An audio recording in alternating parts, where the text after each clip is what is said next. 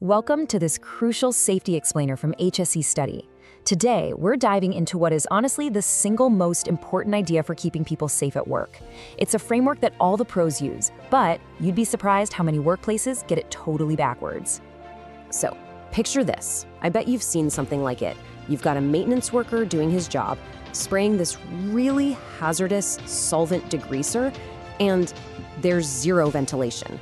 You can practically see the fumes hanging in the air. That's a huge problem, right? So his supervisor walks over, hands him a pair of nitrile gloves, and says something like, "There you go, you're protected now." But let's be real for a second. Is he? Is that really solving the root of the problem? This whole situation really gets you thinking, doesn't it?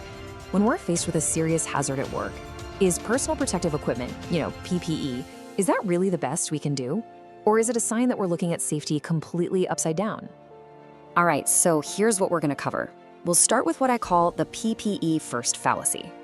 Then we'll break down the 5 levels of control, see how they work in action, and really dig into why PPE is always the last resort. After that, we'll look at how these controls get combined in the real world and wrap up with the kind of mindset a safety officer needs to have. First up, the PPE first fallacy. This is all about why starting with gloves and masks gets safety completely wrong. Most workplaces, when they see a problem, they just jump straight to PPE. It's the default, right? But the thing is, safety engineers have a much, much more powerful system to work with. It's called the hierarchy of controls. And this is it, this inverted pyramid. This is basically the Bible of risk management. It's a 5-level system that ranks how you should control a hazard, starting with what works best at the top and ending with what's least effective at the bottom. Okay, let's look at the 5 levels of control. We're going to break this framework down from top to bottom. So here are the 5 levels. At the very top, the most effective, is elimination. Just get rid of the hazard completely. Next is substitution. Swap it with something safer. Then you've got engineering controls, which is all about physically isolating people from the hazard. Now notice what's happening. The top 3 are all about changing the work environment itself. It's only when you get down to administrative controls and, finally, personal protective equipment that you start asking the worker to do something different. The whole point is to fix the system first, not to put all the pressure on the person. All right, let's see the hierarchy in action. We're going to apply these 5 levels to that solvent scenario we started with. Okay, so using this framework, how do we tackle the solvent problem?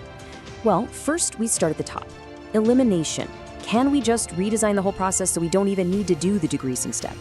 If not, we move to substitution. Can we swap out that nasty solvent for a safer water-based one? Still no? Okay. Engineering controls.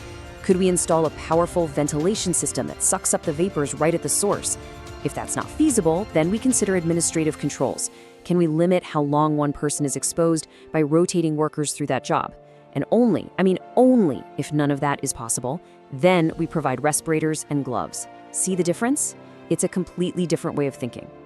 So that brings us to the big question. Why is PPE the last resort? Let's talk about the serious weaknesses of this final line of defense. This really gets to the heart of it. PPE doesn't get rid of the hazard. It just tries to reduce your exposure. It never ever addresses the root cause of the risk. The danger is still there. So why does PPE fail so often? Well, for one, it relies completely on human behavior to work. I mean, think about it. An improper fit can make it totally useless, and that's a huge problem. Then there's training, or lack thereof. If people don't know how to use it or maintain it, what's the point? Plus, it can be uncomfortable. It gets hot, and workers might be tempted to take it off. Even storing it the wrong way can make it break down. It basically puts the entire burden of safety on the worker, and that's just not a reliable strategy. And you know what? The regulations totally back this up. OSHA's rules require a hazard assessment, but they never say that PPE should be your first or primary way of controlling it. The implication is clear. You have to consider those higher-level controls first. And hey, here's a practical tip for you. If you're taking your OSHA 10 or 30 exams, you absolutely need to know this stuff inside and out. They will definitely test you on your ability to pick the most effective control. You're going to see a question that looks something like this. The hazard is a worker getting blasted with noise from a pneumatic drill. The distractor answer, the one they want you to avoid, will be provide hearing protection. That's PPE. The correct answer, the most effective one, will be something like enclose the drill, that's an engineering control, or replace it with a quieter model, that's substitution.